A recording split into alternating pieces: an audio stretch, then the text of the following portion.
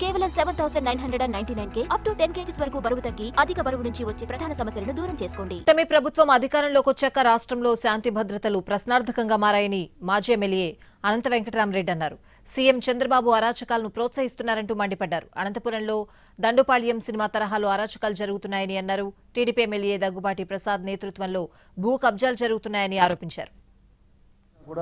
చంద్రబాబు నాయుడు గారి యొక్క నాయకత్వంలో కూటమి ప్రభుత్వం ఏర్పడిన తర్వాత చాలా భిన్నంగా కూడా ఈరోజు అనంతపురం నగరం యొక్క పరిస్థితి కూడా ఈరోజు కూడా ఉంది.